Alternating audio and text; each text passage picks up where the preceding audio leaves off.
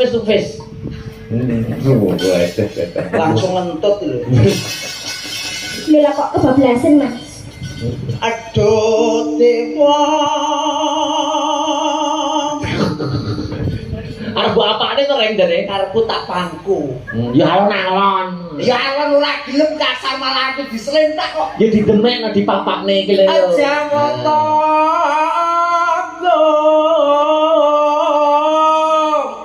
awalas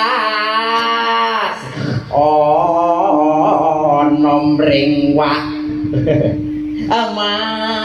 ami loka terus lebar nanti cakepan lebar sip terus kamu sampai jabang bayi nyapa iya deh ya Allah tekon itu Wilujeng dalu selamat malam Mas Gareng. Wilujeng dalu Pak, selamat malam Mas Akbar. Nggih. Tenan nyambut gawe nderek jenengan boten kaping-kaping. Nggih. Angger bar kula joget kok ambekan kok ya menggeh-menggeh ya Mas.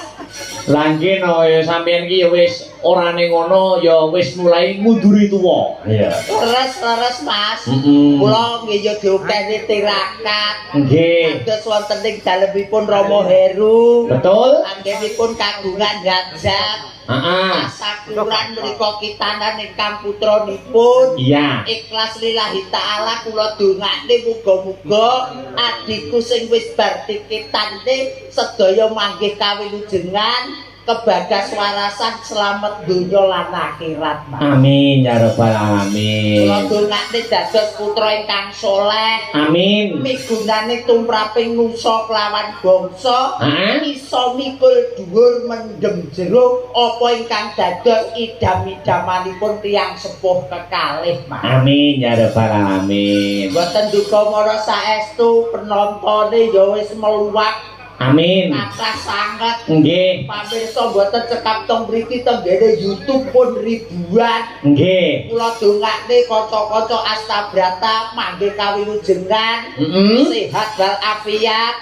Panjenengan ugi tetep semangat. Amin. Bangun budaya wonten ing laladan Nganjuk saged njayeng bawana. Amin. Amin. Santenan aku rene iki tenan ambuku langsung bubrah, Mas. Loh, kok iso ngono lho? Lho, sanggon-gon eneke migor brambang, Mas. Oh, kene iki. Nggih. Lah iya no wong aja to nggur gundang, Mas. Seluruh Nganjuk kuwi ya ikonnya Brambang. Mayoritas. Kula bengi iki ya klambine kabeh abang. Abang. Mertandakne Brambang larang jenengan diaturi tindak mriki kalih kanca-kanca. Kula wong Brambang iki ya titilekan saestu. Beliau Pak Heru niku nggih tanamane Brambang nggih kathah sanget. Niku sing sak perangan mriku teng ajeng niku nggih tumpukan Brambang. Tumpukan Brambang ning ngarep kono, Mas? Nggih. Buritan. Kuwi ya tumpukan Brambang. Brambangnya Pak Heru ya? Pak Heru. Sing sehetan omah ya tumpukan Brambang. Tumpukan Brambang. Nggih, bareng kula teng kamare Pak Heru. Tumpukan Brambang, Mas? Udu tumpukan gombal. Kok iso ngono mbok ngomongne iki lho. Wong pripun wong pinter-pinter dinten Mas Akbar. Lah ya kagungan kersa urung sempet diberesi. Urung sempat nyuci. Mergo lali-lali wong tuwa kuwi wau yen wong duwe gawe ku ora kenek adus, ora kenek umbah-umbah. Oh, kuwi tenan to Mas kuwi. Lah wong pripun to Mas? Kuwi ilo-ilone wong tuwa biyen ya? Nggih. Nek arep duwe gawe ora entuk adus, nganu ora oleh umbah-umbah. Lho penyebabe apa lho? Penyebabe niku awake dhewe sing sepisan ngempet hawa nafsu, sing kepindho ngempet awake dhewe nyambut gawe saka kepribadianing dhewe arep nyeneng ning wong liya sing arep teka. teko. Heeh. Mula dianekne awake dhewe iki ya ora adus. Ngempet karo awake dhewe mergo priyayi-priyayi kang rawuh kathah ora sempet adus. Ora umbah-umbah tegese kabeh klambi-klambine wis ditekake golek persewaan saka ngendi-endi. Prih menika dulur rawuh menika katon pideksa beliaunipun Pak Heru. Oh, kuwi ilo-ilone wong tuwa nek duwe gawe ora entuk adus, Mas. Oh, lah sok umpamane aku, umpamane aku sok wis dadi manten. Ya. Wis aku wis nemu jojone. Arep dadekne manten ngono kuwi sadurunge macak manten apa ya ora entuk adus, Mas. Mas tak omongi ya. Kowe ora sah gawe alasan dhisik, ora sah gawe mikir dhisik. Lakonono dhisik sing kok sirne iki sapa? Ngono. Wong apa sobat dipikir sobat to, Mas? Lah aku kan penasaran kalimatmu itu. Wong duwe gawe iki ilo-ilone wong tuwa ora entuk adus. Lah mosok arep dadi manten dipethukne wong pirang-pirang ya to. Arep pethuk bojone kudu mancak rapi. Lah mosok ora entuk adus manten arep. Alah ora sah penasaran. Aku kowe wis ngerti. Awakmu ki ora tau penasaran. Dadi nek sobat banyak mikir. Sobat saiki golek osek ku sobat tak didoi. Khusus awakmu oleh adus, oleh ganti klambi, oleh jalan. Udo itu ora? Nek wong loro karepmu ning rek kabeh ya jalan. Oh iya. Kok ya Masuk udo iki arep adus iku lho. iya ditutupi. Iya. Padha karo dulur lanang ya Mas ya. Dulur lanang sapa, Mas? Dulur lanang sing dikitanke to Mas. Iya, adine awake dhewe. Muga-muga wis kena diarani umure wis akil dewasa, wis ngerti marang tatananing agama, aja ngantek nglalekne dongane wong tuwa sakloron. Ngendikane jenengan wau sampun blabla dateng wingking. Mula ajining kula dalah panjenengan iki manut saka dongane wong tuwa sakloron, Mas. Aku ki didongakne wong tuwaku iso dadi kaya iki. Alhamdulillah. Alhamdulillah. Panjenengan dongakne ibu, bapak dadi dalang kondang. Alhamdulillah. Kados sinden didongakne ibu kali bapake dadi sinden sing ayu-ayu. Alhamdulillah. Kados yoga-yoga ngeten iki nggih didongakne bapak ibu. Dadi yoga-yoga sing luar biasa. Alhamdulillah. Ning nasibe tukang syuting, Mas. Lah kok iso tukang syuting ngopo? Lah ya dongakne karo bapak ibu wis tuwa ngantek teko duwe anak gayane go rinceng-rinceng. Lho pancen kewajibane iki piye ngambile gambar iki ben pas. Ya tugase iki pancen nginceng, Mas. Ya jane ora diinceng kuwi ya kena kok. Didemok langsung kuwi kena asline kok ya. Ning ngene iki wujute napa tasakuran, Mas. Ya. Ngendikane Prawinasis, ngendikane para pinter jroning wong syukur bakal pikantuk nikmat, jroning wong sing kufur bakal pikantuk adab sing luwih gedhe. Mula beliau Pak Heru ugi Raden Garwa menika ngawontenaken tasakuran, mugi-mugi sabibaripun tasakuran manggih kawilujengan kebagaswarasan selamat donya kelawan akhirat. Amin. Tak dongakne dhisik dulur-dulurku kabeh sing. Lah ya dongakno. Kene desa ngendi maju kok ndi? Anu nek desane Balong Gebang. Nggih dukuhipun Dusune Kedung Rejo. Kedung Rejo. Heeh, dongakno Mas Derek. Tuku nangka nyang Kediri. Wong sak Kedung Rejo muga kabeh akeh rejeki. Amin. Tuku nangka nyang Kutha Panaraga. Wong sak Kedung Rejo muga-muga panjang yuswa. Amin. Tuku nangka rupane ireng. Apa kuwi? Wong sak Kedung nangka sing wedok foto karo awakmu muga-muga meteng bareng. Kok iso meteng-meteng ne wong lho. Nggur foto ya apa to salahe? Alah ngopo kowe awakmu lek meteng bingung ta? Lho, nggur foto ya apa pengaruhe? Nggur foto mesti iso meteng. Aku ya ndongakne kabeh ibu sing foto karo awakmu ki ya muga-muga meteng bareng. Iya ning metenge ora mergo foto. Lah yo biasa foto dibayangne terus dadi kuwi. Oh iya. Ora usah repot-repot ketoke meteng ya muncul ndase li didelepne neh. Wah, enak ya. Teng kene mriki salatullah. Oh, selawatan. Salamullah karo ndongakne dulur lanang. Iya. Ala toha Rasulillah salatullah salamullah ala yasin Abidillah. Iki padha karo sing tak alami sore mau, Mas. Oh, kok iso sore mau kok? Aku teko kene dulur Kedung Rejo kene ya. Wayah Allahu Akbar langsung gluduk Yang masjid. pitil brambang. Ya ning masjid wong adan kok itu. Ya dongakne dulure dhewe sing bar dikitanke. Iya. Tanggalan cacahe ana 30. Padang rembulan. Padha ora karo kowe. Iya.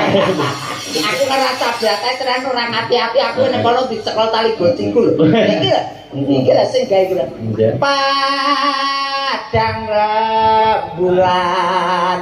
Iya. Rembulane tanggal 1 kanggo dulur lanang kapitan. Iya. Yen kepengin urip lumayan sregep ngibadah tekuna ngaji. Bareng-bareng yuk. Allah.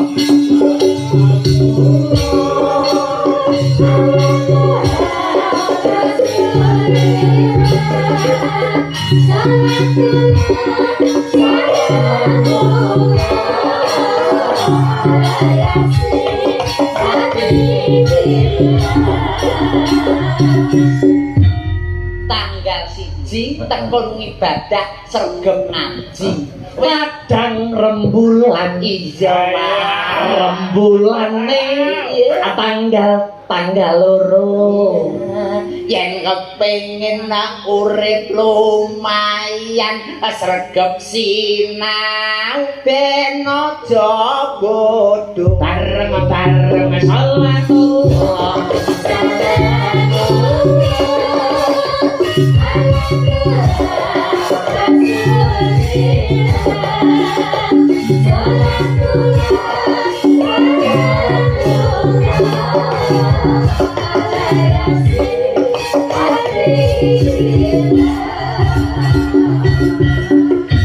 Yo pinter lho sampean iki. Tanggal loro dongane Ayo meletik lho. alah wis lunas ki lho.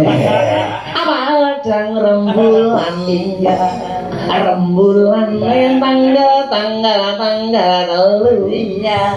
Ayen kepengin urip lumayan sregep ngibadah rajin sinau.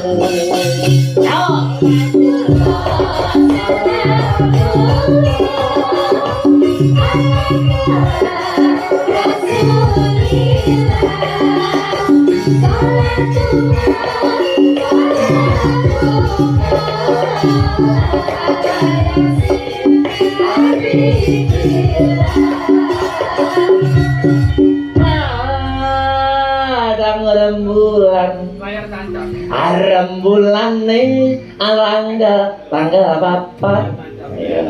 Yen kepengin uripmu mulya tinggalno urip sing maksiat. Padang rembulane tanggal 5. Yen kepengin urip lumayan aja lali donga. Iya, lali donga. Aku wong jiro lu terus. Akene mikire. Lah ini kan kudu improvisasi. Oke, ngantek 30 lah masalah kebo esuk. Padang rembulan iya rembulane tanggal 7. Yen kepengin urip lumayan sregep ngibadah oke no ngilmu. Padang rembulane tanggal 24. Yen kepengin urip lumayan sregep ngibadah aja lali bersyukur. Tak lompati kaya iso itu sampeyan. Yang gumun kok begini kaya. Memang tak lompati langsung 24 lho. 24 oke. Oh iya. Padang rembulan iya akhir rembulan nek terakhir tanggal 30. Yen kepengin urip lumayan wis jabatane gedhe ora kena wayo. Ngono lho. Wayuh iki apa lho Mas? Aku ben ngerti lho. Wayuh iki apa? Pengertian kata wayu. Wayu, awakku rasa ngerti lakonono sik siji kok tambah neh. Lho, kok lakon ana sing siji tambahane wayuh apa to artine? Lah wayu engko tak WA Mas. Oh iya. Awakku siji sik kok ping loro ora masalah. Iya. Ora kena. Ora kena ya. Kaya aku wis manggon tuwa ngomong ning ngono kuwi asline ya barang sing ora bener. Bener. Mula atine wong sing lara-lara ki wong wedok yang diduakan. Iya. Nah, kena diarani jarene wong wayuh kuwi mau. Mm-mm. Beliau Pak Heru ya ora gelem to. Ora gelem. Apa ngerti Pak Heru pacaran? Hmm. Ora ngerti ta awakmu? Ora ngerti. Pak Heru duwe sapa wong wedok ya ora ngerti. Pak Heru dolan rono ya ora roh. Saking setiane karo bojone. Ala ya saking pripene. Hei. Yo ora kok itu.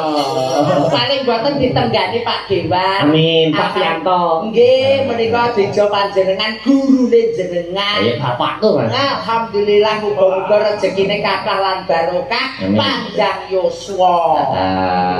Manjate Mbak-mbak ada warang kono ya. Oke, Mas. Siap. Ada Mbak Sally. Sally. Iya, iya. Sally. Aku lagi krungu bengi iki Sally. Oh, lagi petuk bengi iki Sally. Nggih ta? Aja no. Nggih. Lek niki asmane sinten ning niki? Ya ditanya dong Kang Gumi. Iya. Tanya sendiri. Oh, mboten jenengan to sing nganu niki. Heeh. Nggih. Asmanipun sinten, Nduk? Kula Sinta Pak Gareng. Sinta. Sin ke tegese ke sin swin shot gotok.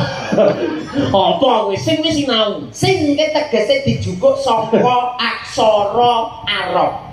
Apa kuwi? Arab ya sin kuwi mau. Sin. Ya. Ta Ta. ki tegese taat.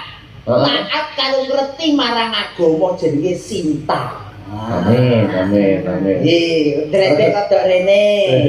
Rete ya. Asmanipun sinten, Nduk? Wong Nama panggilan aja, nama panggilan. Nama panggilan. Sri. Sri. Wah. Sri kuwi artine apa? Sri kuwi sing dikanggokke wong bakul brambang. Kok iso? Kuwi blengkere tampah utawa blengkere tumpu. Kuwi mesti hitungane nek Sri. Oh. Sri Kitri rezeki boros. Sri Kitri rezeki boros mesti tebos Sri. Uga asile akeh. Sri kuwi Asile oke.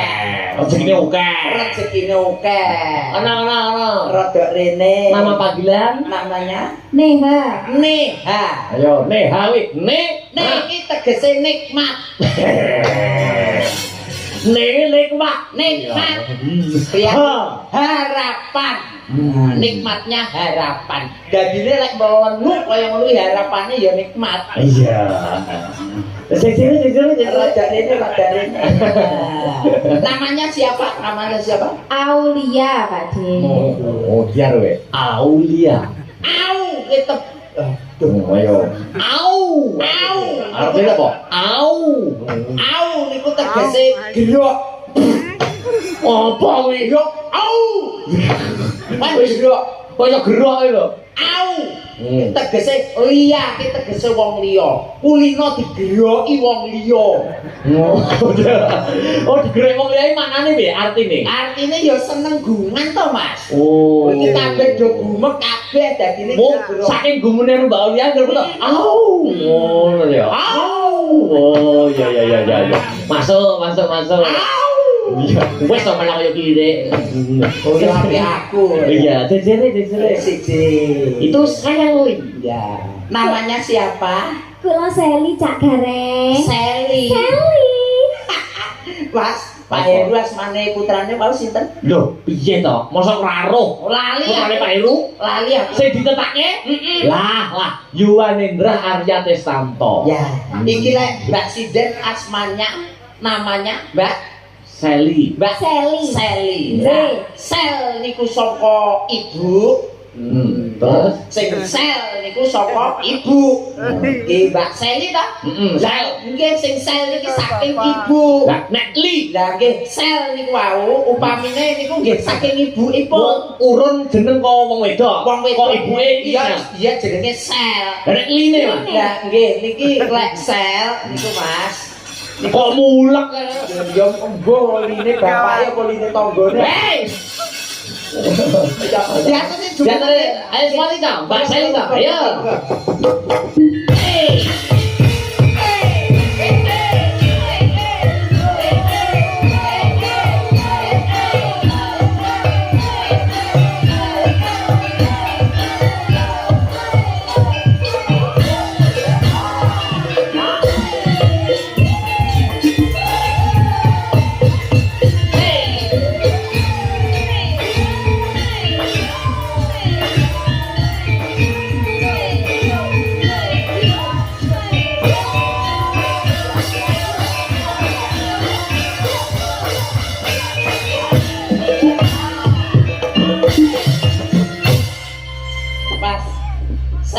tenan, Mas. Kok iso sel tenan iki lho? Ya mau sele lho ngantek nang gone Pak D. Kok iso Pak Dewi ya? Lah kuwi mau jenenge sapa? Seli. Lah kula ini nyapur anu sel. Lah nabrak ini priyen nerak Pak D.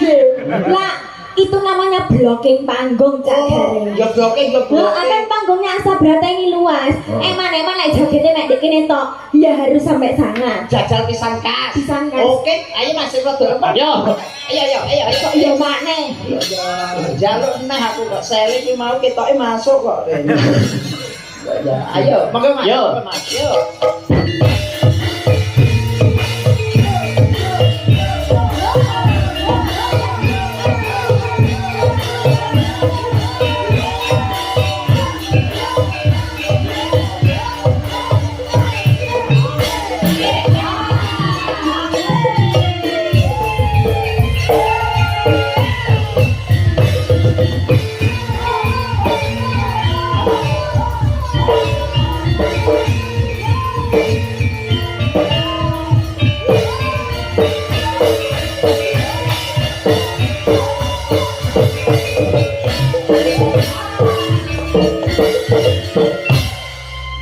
Mas, kok beda karo mau ya, Mas?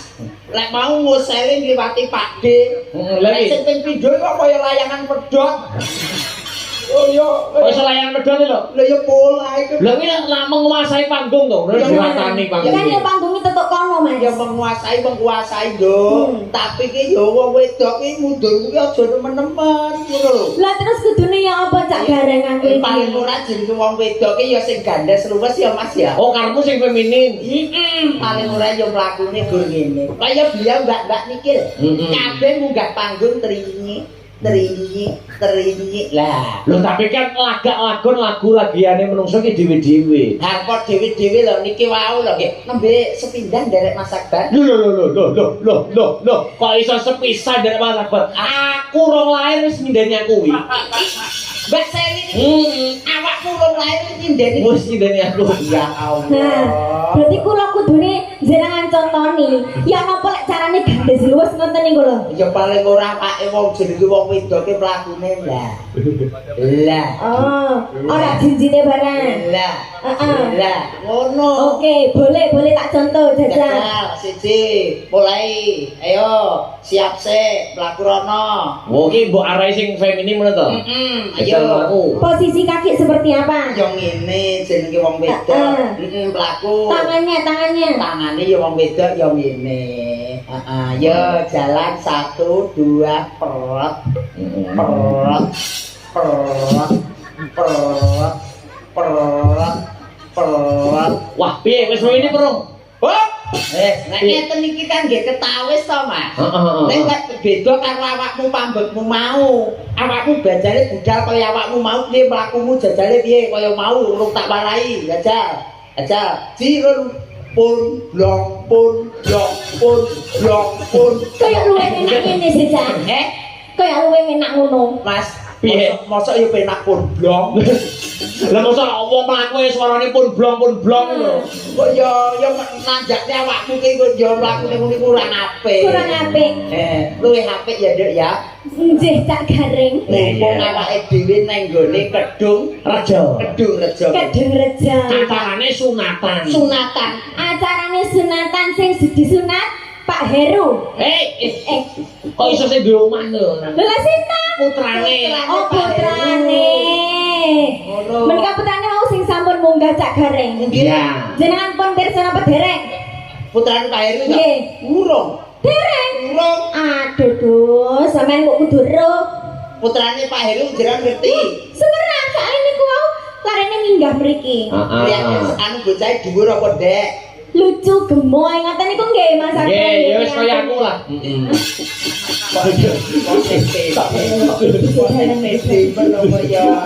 Padahal aku yang ngomongnya gemoy lucu loh. Emang sampe nek ndelok dalange apa ya nek lucu-lucune. Alah. Wajah-wajah. Kok iso nyepelke piye lho, Reng? Alah wong lah jenenge gemoy kaya putrane Pak Heru. Heeh. Paling tidak kan ya dodo jembar, gede dhuwur. Heeh. Nah, Terus lek dalan Lah aku apa? alah Mas Akbar iki budal enggak panggul. Nyapa kuwi jare iso.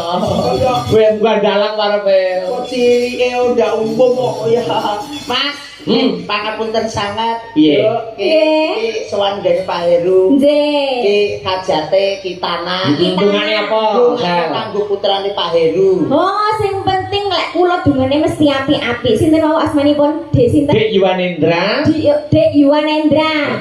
Arya Testanto. Nah, panggilannya Dek siapa, Mas? Dek Arya nang mawon. Dek Arya. Lho, kudu sing ngendang iku, Mas. Bukan. Kudu, lek kowe wis sunat ping 6 kok kuwi. Ping 6 kuwi Apa enggak ngopok, Mas? kuwi delok awakmu. Ya enggak kan umumnya sunatan pisan. Sepisan. Dongakno. Semoga Mas Arya menjadi anak yang soleh, Mas. Berbakti kepada kedua orang tua. Amin. Berguna bagi bangsa dan negara. Amin. Jadi anak yang soleh, Lu Arya. Jadi anak yang pintar dan sukses dan selalu baik kepada semuanya. Amin. Amin. Lek sampean dungane. Aku ya ndongakne moga siji. Apa kuwi? Wis diapik-apikne digawe apik ditanggapne kaya ngene gunakno kanthi becik lan sing bener. Oh. Wis Maksudnya apa? Maksudnya, Lek? saya digunakan Heeh. dengan baik itu apanya? ya tegese akhlake to Mas. Oh. Pendidikane sing di Tak kira- sama Pak Heru. Tak kira saya disunat kuwi mau. Alah ya kuwi lek awakmu. Wis aku ya aku. Mas Gareng, Loh. jare pertama kali tak ora Mbak Seli. Nggih. Ayo no, dirayu aku tembang ngebowo aku rong roh Mas Gareng bowo. Iki kan Mbak Seni to. Ayo no. Bowo. Kan tanganku aku biasa ngene apa piye? Ngono. Piye? Nah, aku matuke kudune piye lek karo Seli iki panano dhisik. Yo dicekel tangane no. Lah ya umumnya mau lanang apa wedok iku ya apa sih, Mas? Aku mau aku. Lho lah apa? Ya kaya Mas Sabar biyen kok. Wah. Lah aku ya ora to. Lah terus siapa? Ya langsung. Langsung. Aku ya wong lanang sing pideksa wong sugih kok ya. Heeh. Ya kudune iki ya ngene. Ngono, terus aku lah apa? Lah awakmu ya wong wedok ya kowe jenengmu ya wong sing larang, Larang. wong sing cantik. Cantik. Heeh. Iki wong lanang teko kok kene. Heeh. Aku tak ular-ulang. Heeh. Wong ayu. Lagi lah. Oh, siap. Ki wong lanang lek sugih iki mlaku. Udah. Pepujan ngati. Kuwi jare sugih panyangan-anyangan. Mosok cecuk iki krampu kumat. Ayo. Karo gak dingklang ngono sih, Mas. Apa asam urate kumat? Wis mari bengi iki cecuk awakmu. Oh iya. Cekel tangane no. Cekel tangane sing ngene. Waduh. Gelem po. Kan aku perempuan yang larang, mahal, gak mau disentuh-sentuh dengan cuma-cuma. Wah. Kaya ngene wong nandang. Kuwi dari sampe itu yo step tenan. Lah baru diapa-apane wis ngene. Aku itu mahal, Mas. Oh, mahal gitu ya? Gak mau disentuh dengan cuma-cuma, harus ada pengorbanan yang lebih Harus ada effort ya. Kowe jalur dituku piro? Tuku adane barang piye? Maksudnya itu perjuangan. Perjuangannya seorang laki-laki itu loh. Harusnya nandang Wah iya. asmara.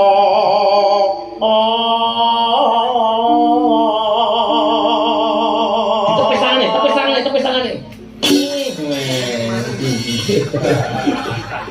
Piye, Reng? Arep ora tak terusne ya lebar. Tak terusne wong kok dipulosoro kaya ngene. Itu kan menular secara halus. Apa to awakku dhewe Dicedaki face to face. langsung ngentut lho. Lila kok kebablasan, Mas. Aduh dewa. Arep mbok apane to Reng jane? Karepku tak pangku. Ya alon-alon. Ya alon ora gelem kasar malah aku diselentak kok. Ya didemekno dipapakne iki lho. Aja ngotot.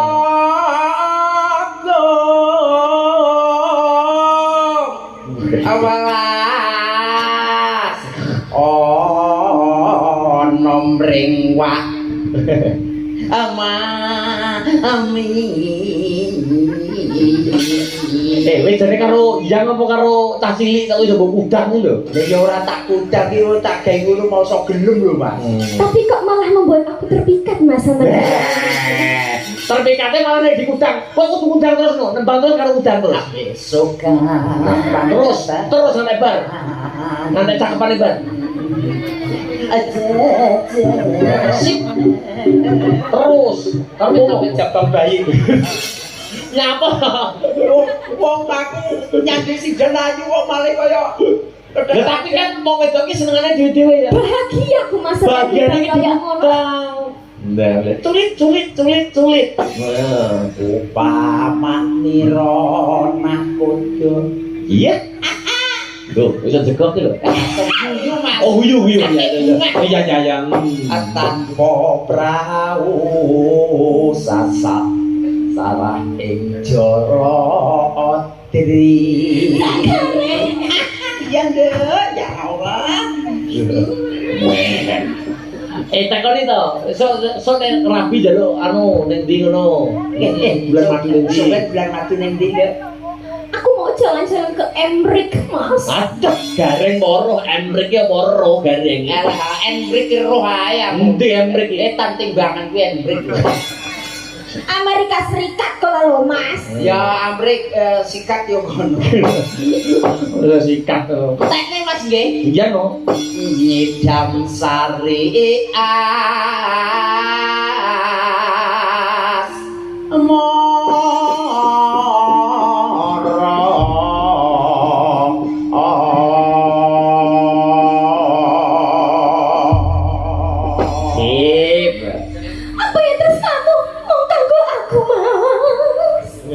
suwene aku urip yo tenono karo donyaku tok, Nduk. Apa iya Mas? Ya lek pas tanggapanku akeh kowe gelem lek pas aku ora tanggapan pegaten ora apa-apa. Ya iku Mas. Oleh lek rapi seniman yo Mas. Asem kaya jebul kabeh wong wedok iki ngertini mergo dhuwit, Mas. Kok iso ngono lho? Lek aku ngomong lek pas laris dhek gelem lah aku pas sepi dhek yo wegah. Lah kan sama dhewe sing ngongkon, lek sama gak tanggapan kok pegatan. Wes syukur. Sama dhewe sing ngongkon, ya aku nurut wong lanang. Sabar. Wis geger rumah tangga kok ora melok-melok to ya. Aku mau. Masuk. Ya kok DP-ne kok Mas sabar ketukokno BH. Sing regane piro, Mas? Oh ya paling ora nek BH ya regane ya paling ora 2,5 juta. Jelas iku sing berbalut emas. Aduh. Apa? Oh ki campur tumor. Marah kok. Iya. Ayo, tembang. Iya, kene. Gawane Mbak Sel, gawane bawa. Ya. Ya. Joget iki lho Mas Gareng. Siap. Di rum. Ya, ya, siap. Maka ya suarane wong feminin koyo ngapa? Iya. Isin. Oh tembang wis sindan isin lho. Wong tembang ya kan tembang. Oh tembang ya kok isin. Aku dedek Mas nyanyi ning ngarepe Cak Gareng. Kowe sik tok, Kowe iki isin apa gila? Isin Mas. Wah, kita gila iki Mas, ora isin karo aku iki. Oh ya. Ayo. Omong isin nek. Tapuk. Sabar to karo bojo kok tupak. Wong lan dinggo malah isin. Apa penting panggeran gara-gara adikne malah nguyuh. Ayo. Sama kok koyo wong ayang ngene sih. Ora aku ki ya jenenge ngumprung karo bojo. Aku seneng ya ngene iki. Ya.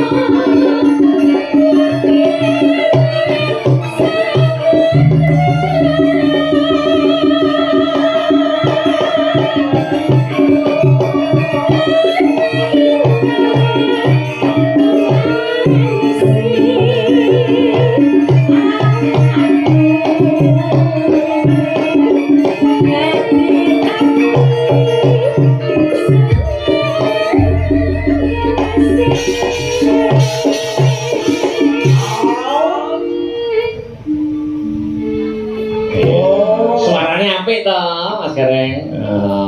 Kaya ngono kok mbok sia-sia iki lho. Wis, lho ya jaluk ngapura ya lho ya mau sak sia-sia Mempunyai suara emas ngono kok mbok sia-sia. Emang kamu jahat. Syukur. Nesu lho wong wedoke. Piye? Rasane wong wedok nesu piye? Aja seneng, kowe aja seneng. Aja susah ngono lho. Wis aja seneng. Ya wis aja susah.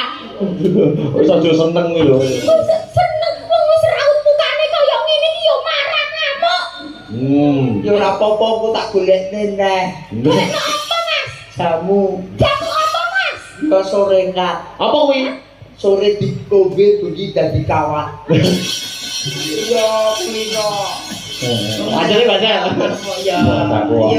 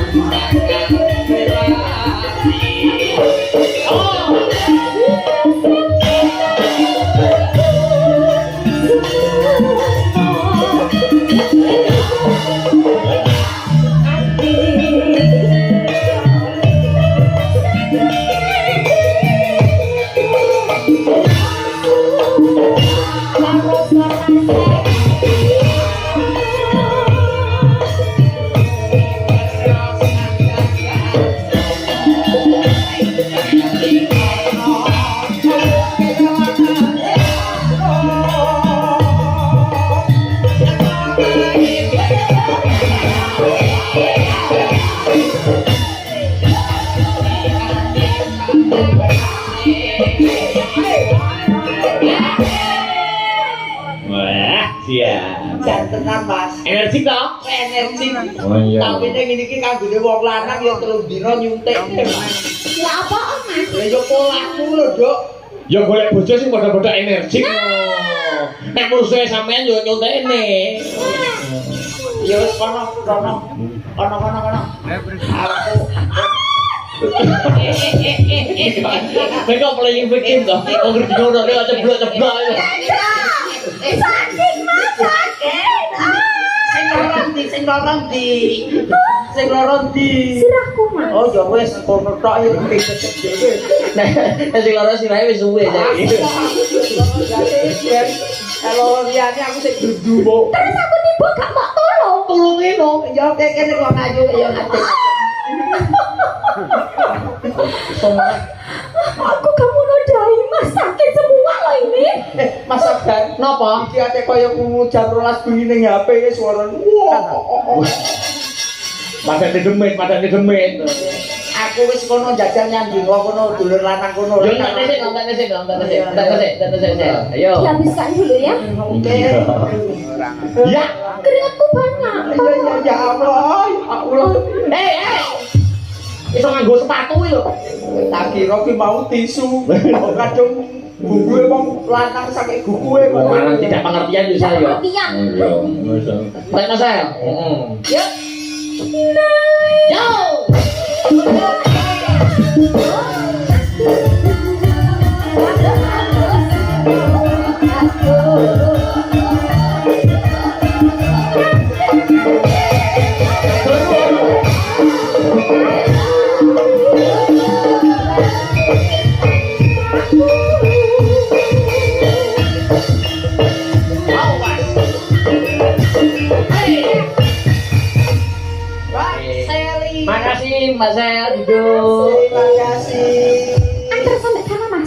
diantarno. Wis dijemput ya dia anu diantar lagi. Ya Allah, Mas. Apa? Kita sekoke bosok sitok. Lah kan mau dari sama nek mlaku kudu ngene. Ya feminim lakumu kuwi lho kok bokong mbok tutul le koyo bedak sekokmu. Ya. Tuh, jambal kotor yang bedanan. Makasih Cak Garing. Mbak Seli, terima kasih Mbak Seli.